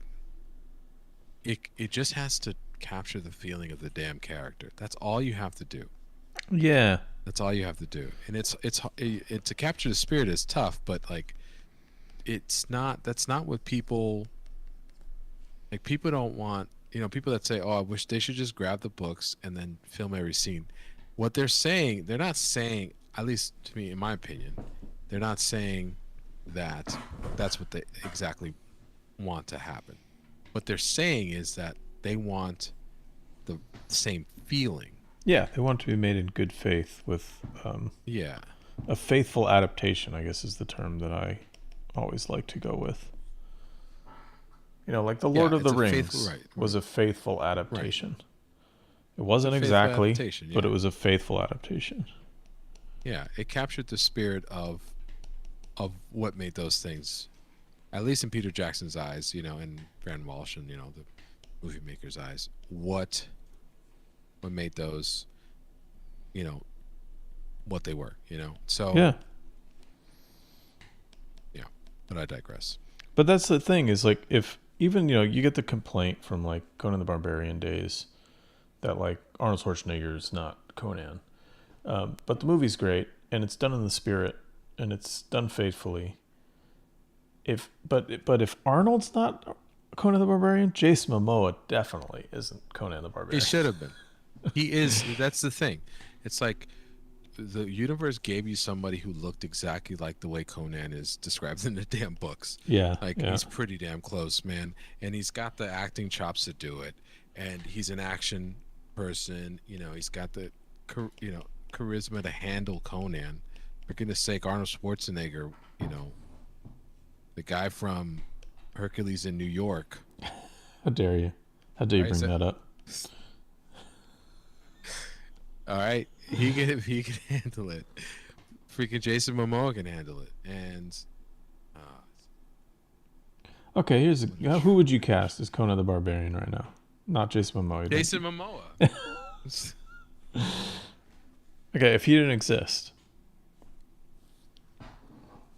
Taika Waititi. I know what you're going to say. Taika Waititi. I know what you're saying. Taika Waititi. At this point, that's the only that's basically the Conan movie that I'm expecting to happen. I would say though, I do when I have read it, little bits of it, I do picture some sort of like badass Maori guy. So it makes sense.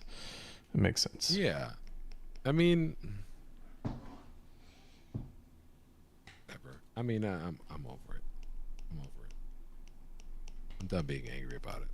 Yeah, don't let that Conan the Barbarian movie ruin your life, dude. Dude, I was like, that was the first time I was like, what would you do? Yeah, that's such one of those movies. It's such a letdown when there's a subject matter that you're really excited about and you just hyping it up in your head, and then you go to the movie and you walk out of the movie and you're like, what on earth happened? What happened? So that's the way. So I'm like, on that note, I just honestly wondered what in the production happened. What circumstances took place that allowed, you know what I mean? Yeah. I'm always wondering that, because it's like, why do great movies get made? Why do crappy ones get made right next to them? What happens? Yeah, there must have been. I don't know. I mean, it's just obviously the wrong people.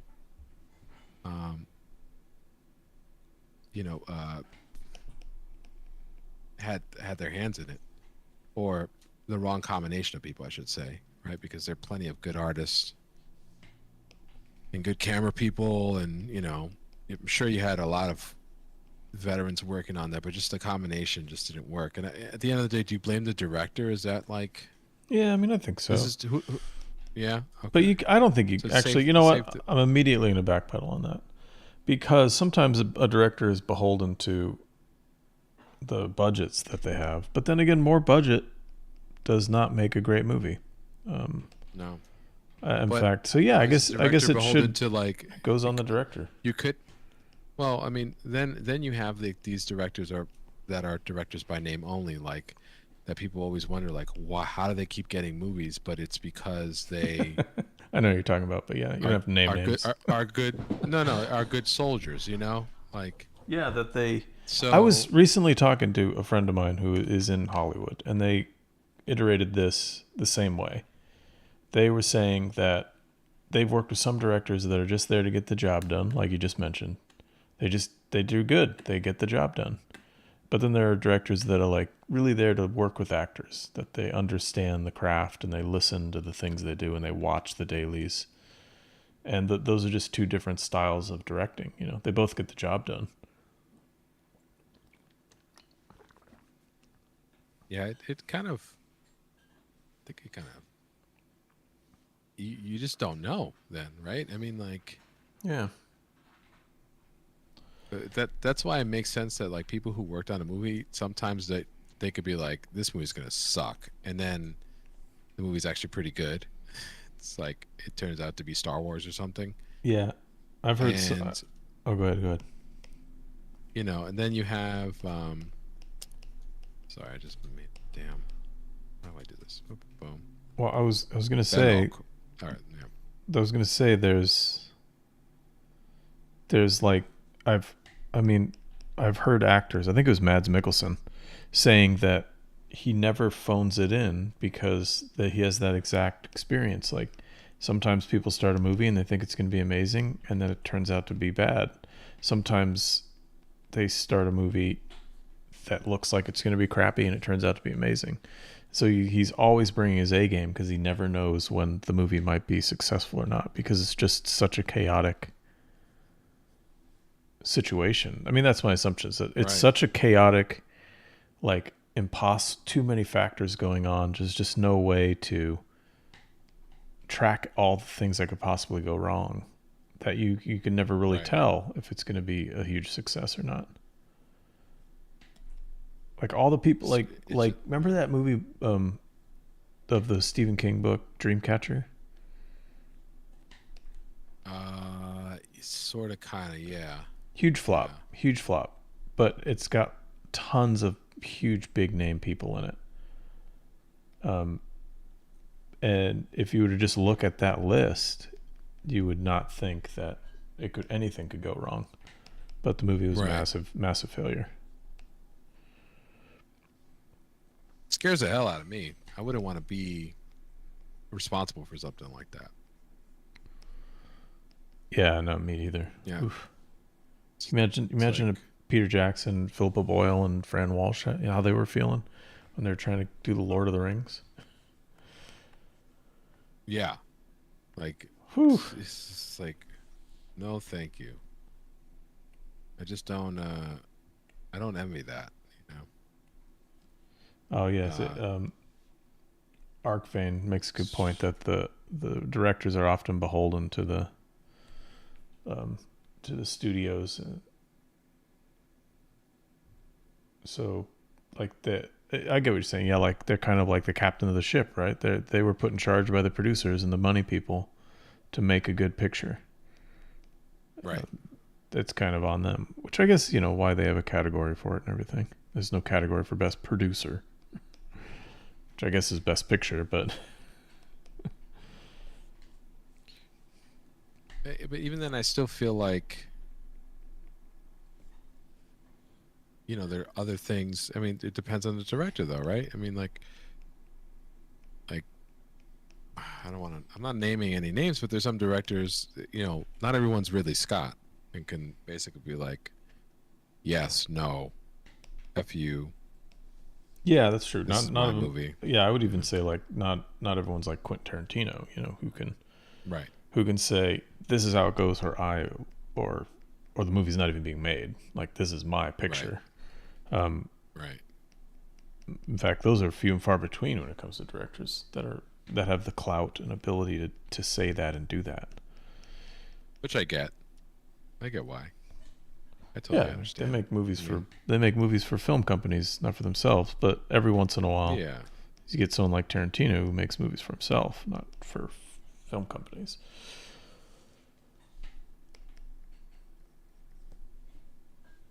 All right, Dynamesh, what's going on here? It's your boy Ray. He's back. He's asking for help. It worked? Oh, that's why. Oh, no. Oh, no.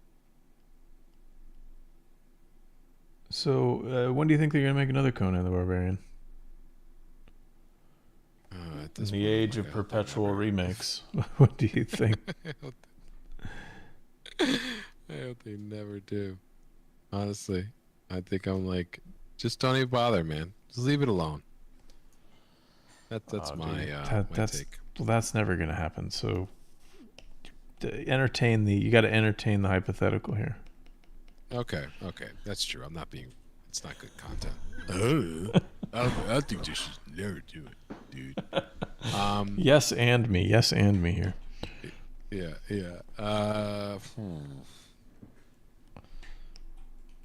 I wonder if Sword and Sorcery is. It's coming back. It's pretty big. D&D movie coming out soon.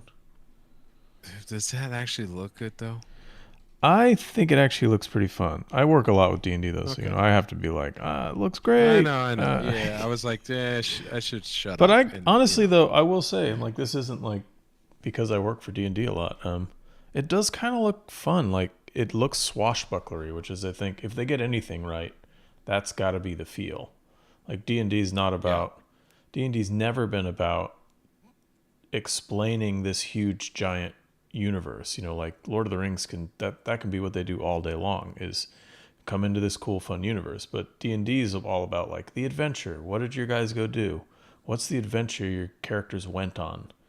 That's what Right. D&D is about. So they don't need to worry about world building. They just can make sure that it's fun, like having a good time. And that's what it kind of looks like they went for. But I don't know if it'll be good or not. Who can tell? But it does look like it's going to be fun. Well, I listen. Anything that pushes that, like if they're putting money behind it, great. I'm down. You know. Like, Yeah, this is the way yeah. I kind of I look at it because eventually this train's gonna derail. Maybe it won't, but You think like might that they won't be doing swords and sorcery fantasy movies for you think like it'll peter out and just become a style? I think it will become a style. I think it'll be like everyone remembers that period of filmmaking because they made so many fantasy films. yeah. That's exactly what I feel like. That's what I feel like. It'll, so I'm wondering when that's going to happen. Yeah, it'll be I think it'll be just like like the 60s and 70s were like the westerns. Like there's so many westerns done then. Right. Like it was like if you could pinpoint any style, it'd be like, yeah, they made a lot of westerns then. I would say that might of the last 20 years, 20 years from now, we might look back on these 2 decades and be like, we made a lot of fantasy movies.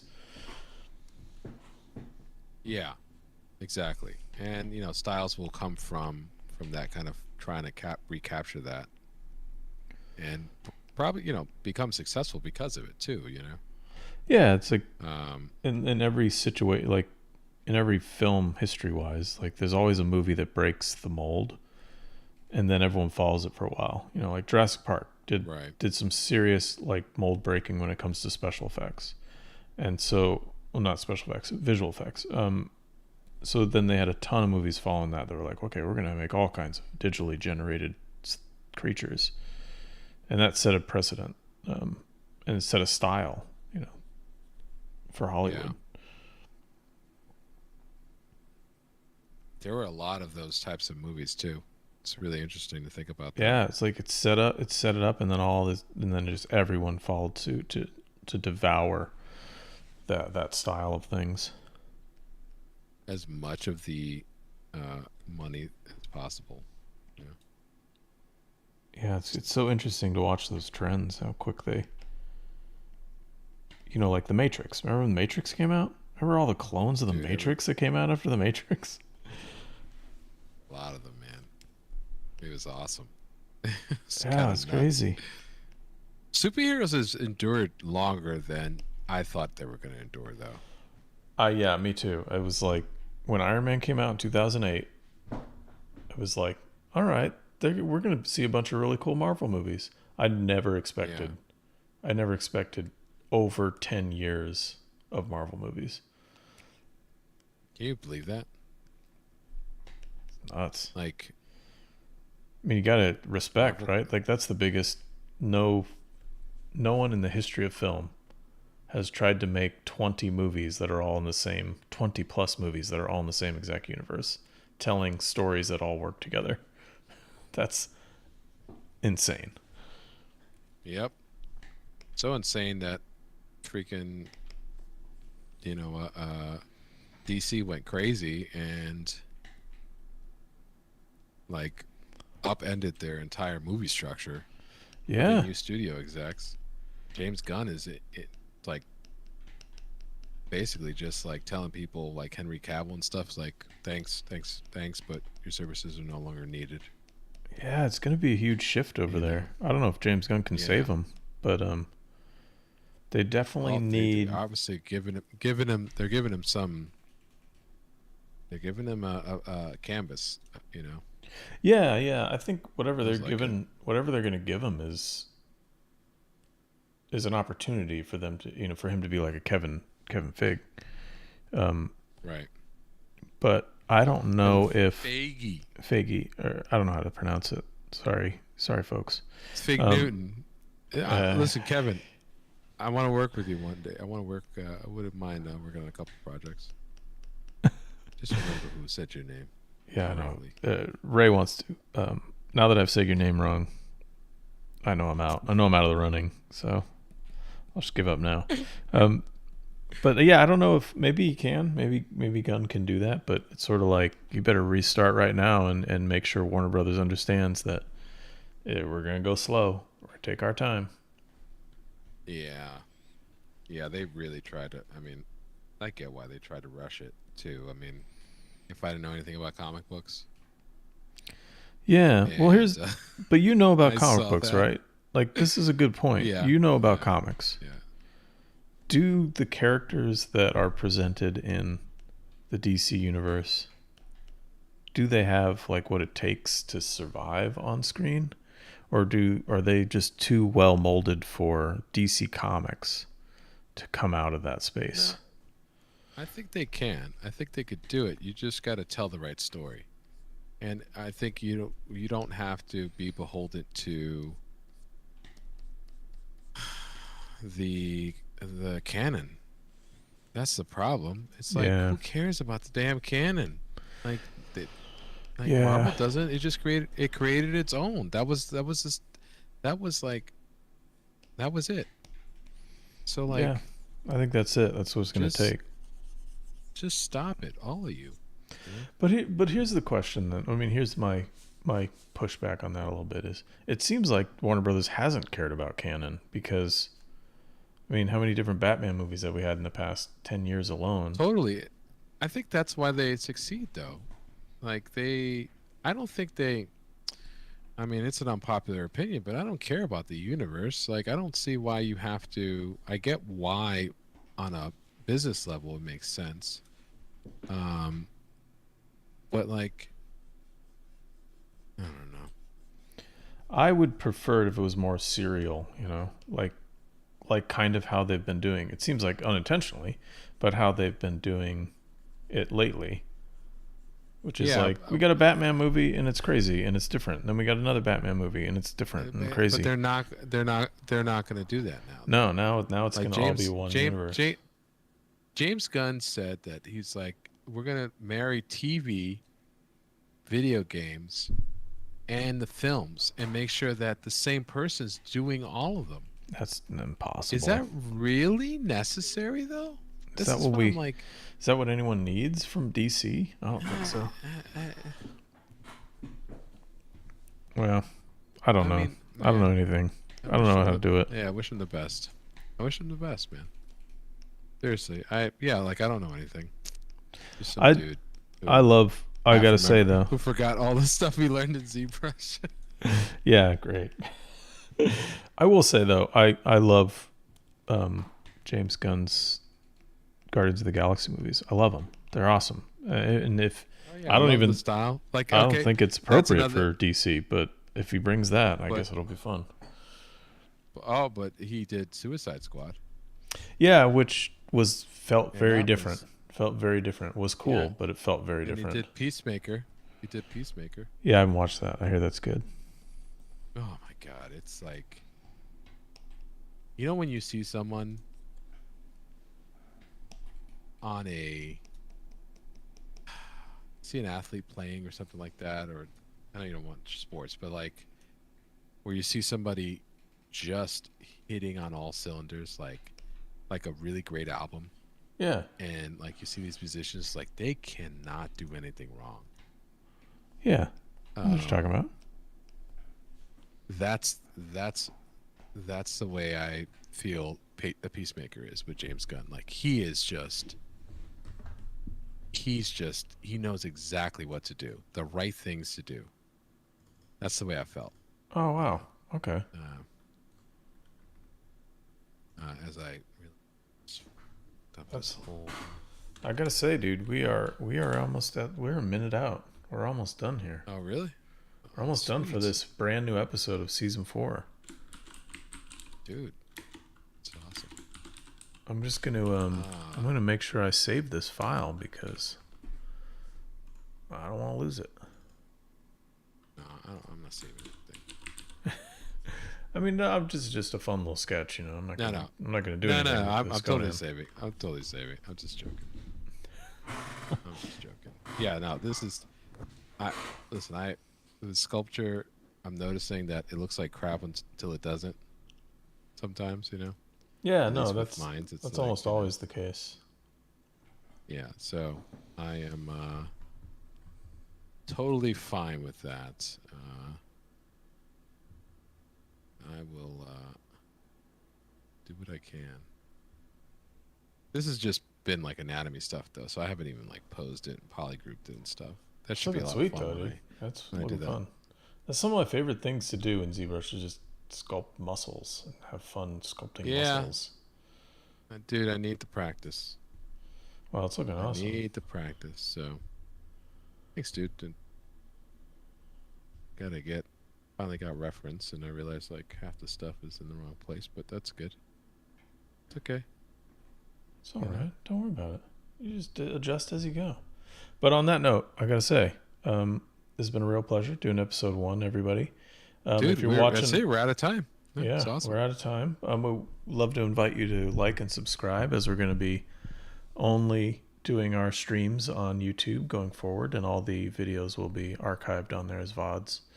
So, yeah, thanks for coming out and checking us. Ray, who've you been?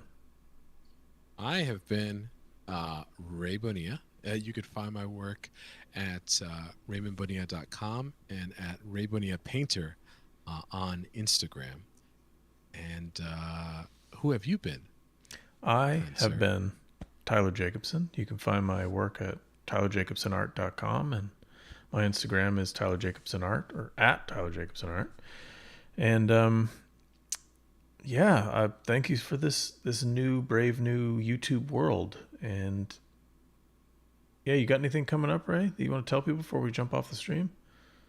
Yeah, I got a new class that I have that just came out actually on Sensate Academy, talking about a Tread Digital workflow. Awesome. It basically is how do you start a painting in digitally and finish it in traditionally in oils. So I've let's see here. I just sent the link here. I don't know if it's you can actually.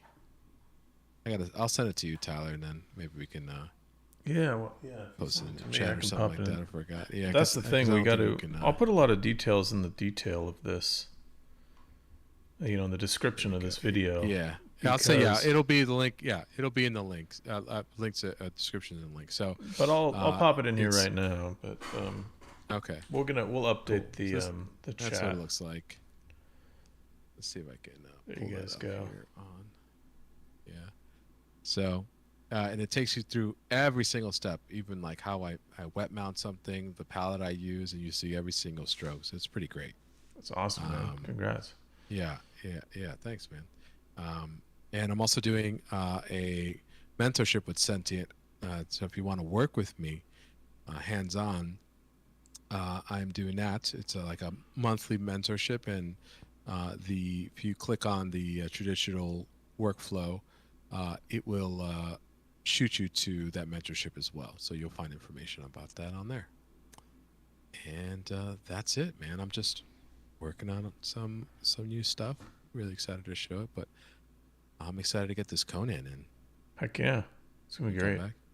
Well, we're gonna All sign right, off. everyone. We're gonna sign off on that note. Yeah. And see you Yes. all next time. Yeah, see you all, everyone. And don't forget to, if you make sure that you're following us on Instagram.